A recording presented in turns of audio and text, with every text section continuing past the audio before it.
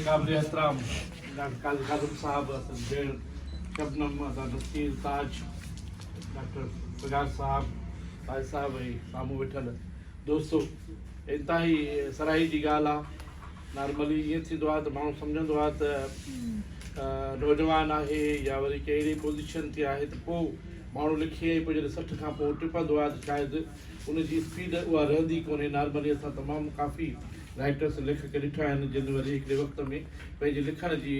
जेका स्पीड आहे उहा घटाए छॾी आहे, पर चवंदा आहिनि। पर काज़ी खादिम साहब वारे केस में मामिलो बिल्कुलु बदिल थियो आहे त 60 खां अॻु जेको काज़ी साहब जे नाले ते किताब आहिनि ऐं 60 सालनि जी रिटायरमेंट खां पोइ जेके किताब आहिनि उन में हिकिड़ो तमामु वॾो फ़र्क़ु आहे। साईं ईअं चई सघिजे थो त साईं जी जेका असुलु स्पीड आहे लिखण जी उहा 60 साल जी उमिरि खां पोइ आई आहे। हीअ किताबु बायोग्राफी ऑटोबायोग्राफी जो किताबु आहे। हिन में तमामु घणनि सब्जेक्टनि खे पंहिंजो तहरीर कयो वियो आहे। जेकॾहिं पाण हिनखे क्लासिफिकेशन में आणणु चाहींदासीं त असांखे अलाए केतिरा मौज़ू नज़र ईंदा हिन किताब में। अदब बि असांखे हिन में नज़र ईंदो त हिन में तइलीम जे हवाले सां जेके ॻाल्हियूं आहिनि उहे बि नज़र ईंदियूं। असां वटि अहम शख़्सियतूं जेके रहियूं आहिनि उनजो अमल ऐं उनजो किरदारु ऐं उनजो जो ॿिया मामला आहिनि उहे असांखे हिन में लिखण में नज़र ईंदा। असांखे पूरी जा पूरा सिंध जी पूरी तारीख़ नज़र ईंदी। मां कुझु शयूं लिखी आयो आहियां, पर छाकाणि त हाणे दोस्त सभु इस्टमपुर पिया ॻाल्हाइनि त उहा वरी के लिखत वारे छपाई जी सूरत में के किताब तबसरे में उनखे शामिलु कबो। त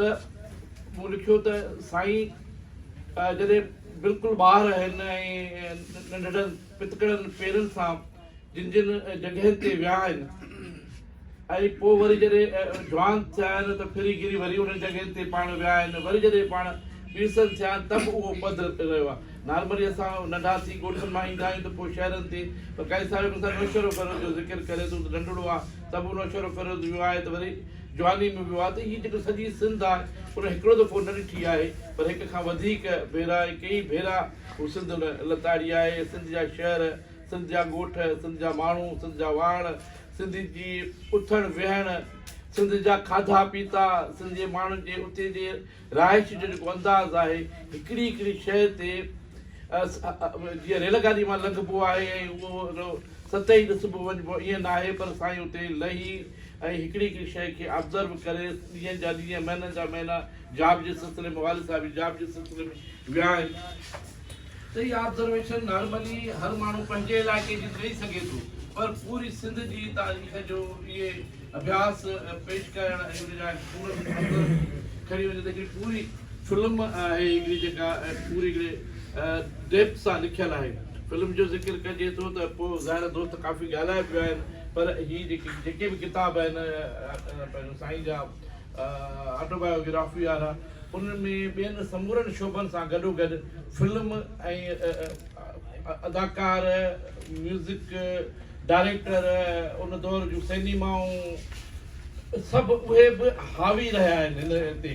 ऐं जेकॾहिं मिसाल तौरु क्लासिफिकेशन जे असीं वञूं त साईं जे हिन किताबनि मां असीं अलॻि अलॻि मौज़ूअ ते बायोग्राफीज़ आणे सघूं था। त साईं जूं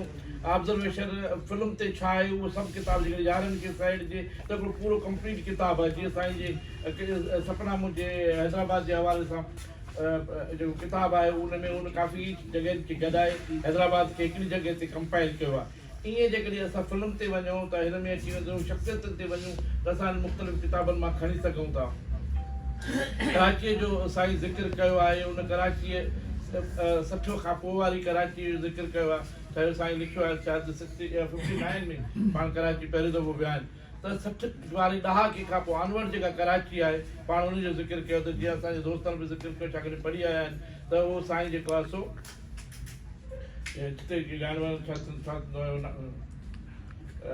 नाइट क्लब्स जो ज़िक्र कयो आहे। उहा ॿी ॻाल्हि आहे त पोइ साईं खे जेको आहे सो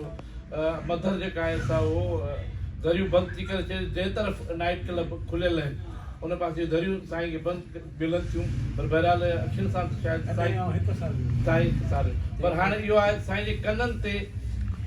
उन नाइट क्लब जे मधुर आवाज़ ज़रूरु पिया हूंदा जो साईं जी हिन समूरनि लिखड़नि मां उहा जेका आहे छा चवंदा आहिनि, उहा जेका आहे उहा जेका आहे ज़रूरु पिया हूंदा। साईं जी कननि ते उन नाइट क्लब जे मधुर आवाज़ ज़रूरु पिया हूंदा जो साईं जी हिन समूरनि लिखड़नि मां उहा जेका आहे छा चवंदा आहिनि, उहा जेका उहा मौजूदु आहे ऐं साईं जी तबियत ऐं मिज़ाज में जेका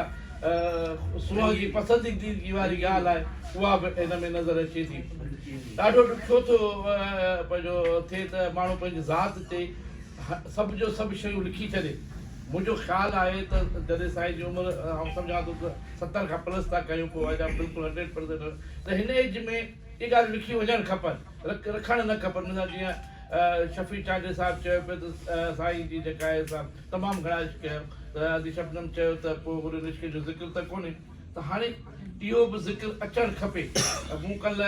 पंहिंजो किताबु हो अदी फहमीदा हुसैन जो किताबु आहे जेको यादगिरियुनि वारो, उन में तमामु घणा अहिड़ा मौज़ू आहिनि जेके हिकिड़ी औरत जे हैसियत में हुन लिखिया आहिनि। उन ते अलॻि सां थी सघे थो त उनजा कंटेम्परेरी दौर जा जेके राइटर हुजनि या उन सां गॾु जेके जॉब में हुजनि उन्हनि वटि हुननि जे बारे में 100% अथेंटिसिटी ते हू पंहिंजो राय ॾेई सघनि था, पर हुन लिखियो आहे। ऐं उहे अहिड़ा मंज़र अहिड़ियूं ॻाल्हियूं इवन पंहिंजी ज़िंदगीअ ऐं पंहिंजी पसंदि जे हवाले सां पंहिंजे मङणे जे हवाले सां शयूं उनखे केरु ख़त लिखे थो उन जे हवाले सां उन दौर जे ॿियनि औरतुनि जे हवाले सां तमामु घणो लिखियो आहे। इहा ॿी ॻाल्हि आहे त पंहिंजे ज़िंदगीअ जे पसंदीद जे हवाले सां 12 सुठो लिखियो आहे, 700 पेज जो किताबु आहे। पर साईं जे केस में उहे 12 सुठो असांखे घुरणी पवंदियूं। त जेकॾहिं उहे 12 सुठो लिखण जे बदिरां असीं गुज़ारिश कंदासीं साईं खे त साईं जो जेको ईंदड़ किताबु आहे उहो हुजे काज़ी खादिम हिकाशिक लिखणु अचणु खपे। पोइ भले पोइ किन जॻहियुनि ते लेखक या लेखका सभु नाला कोन वठंदी आहे, मतिलबु लियाकत जतोई जो नालो अदी फहमीदा लिखियो आहे त फलाणो माण्हू हो जेको बाज़ मिस्र जो वॾो वज़ीर थियो पंहिंजो लाम जीम, पोइ भला साईं पंहिंजो नालो सॼो लिखियो हुन जेका मैडम आहे उनजो नालो एनकाफ लिखी छॾे। सो ॻाल्हि इहा आहे त साईं गुज़ारिश कंदुसि त जीअं असां साईं जे हिननि किताबनि खे हितां ई प्यार सां पढ़ियो आहे, हिननि खे हिकिड़ी अदबी हैसियत आहे जेको ज़ाहिर अॼु जे दौर में हुनजी हिकिड़ी इम्पोर्टेंस आहे ऐं तारीख़ में अञा हुनजी जेसिताईं सिंधी अदब जी तारीख़ ऐं सवाने अदब जी तारीख़ लिखबी रहे ॿी त केतिरनि माण्हुनि खे लिखण लाइ जेके मौज़ू मिलंदा त उन्हनि में साईं जी ज़िंदगी जो इहो पासो को ॿियो माण्हू जीअं शफ़ी चांडो अॼु को ॿ जुमिला चई ॻाल्हि खे विच में टोड़े हलियो वियो त को ॿियो माण्हू ॿ लाइनूं ॿियूं जोड़े वरी का ॿी ॻाल्हि करे त उहो पाण धणी अञा साईं सिहतमंद आहे मौजूदु आहे। ते सभु ॻाल्हियूं जेके गंजियूं आहिनि इहे जेके सुठ आहिनि उहो सुलझाए ऐं जेको आहे किताबी सूरत में ॾिए त असांखे इंतिहाई घणी ख़ुशी थींदी। मूं काफ़ी लिखियो आहे इनशाला नेक्स्ट के किताब में ईंदो त सभु दोस्त पढ़ंदा। बहरहाल ऐं साईं खे पंहिंजे शानदार किताब ते ऐं रेगुलर हर साल पंहिंजी सालगिरह ते असांखे हिकिड़े तोहफ़े जी शिकिल में किताबु ॾिए थो। इहो संदन बि असां ते थोरो आहे ऐं सिंधी अदब जे हवाले सां हिकिड़ी वॾी कंट्रीब्यूशन आहे। मां गॾोगॾु पंहिंजो मोहन खे हेॾी ख़ूबसूरत किताब जी छपाई लेआउट ते गेटअप ते हेॾी सुहिणो किताबु छपियल आहे। मूं साईं खे अलॻि सां फ़ोन करे चयो ऐं मोहन असांजो यार आहे त मूंखे यार हेॾो सुहिणो टाइटल आयो आहे जंहिंमें अखियुनि खे जो ॿार कोन थो पवे ऐं हुनजी जेका हुनजी नफ़ासत आहे या हुनजे हथ जो जेको हुनर आहे उहो हिन किताब मां हिनजे छपाईअ मां ज़ाहिर थिए थो त इहे ॿिन्ही जी जेका कॉम्बिनेशन आहे उहा अलाए कीअं मूसीक़ार कहिड़ा अदाकार कहिड़नि जी कॉम्बिनेशन थींदी आहे हीअं थींदी आहे। शिमी कपूर हूंदो ऐं पंहिंजो रफ़ी हूंदो ईअं त पाण में कंहिं गाने खां अॻे पाण में डिस्कस कंदा हुआ त रफ़ी जेको ॻाईंदो त पोइ रफ़ी खे ख़बर आहे त कहिड़ी कहिड़ी जॻह ते हुनजी लेवल मथे वेंदी कहिड़ी ते हेठि हूंदी। सो हुनजी ज़िंदगी में त हीअ हिकिड़ी कॉम्बिनेशन बि डॉक्टर साहब जी ऐं पंहिंजो असांजे मोहन जी आहे उहा बि इनशाला बरक़रार रहे ऐं अंडरस्टैंडिंग आहे। सो सभिनी खे तव्हां मुंहिंजो गुफ़्तगू ॿुधी आहे साईं खे हिकु भेरो ॿीहर मुबारकूं ऐं बसि भेरो रहण खे बि मुबारकूं ऐं असांखे हिन सभिनी खे गॾु विहारी ऐं जोड़ी वॾी महिरबानी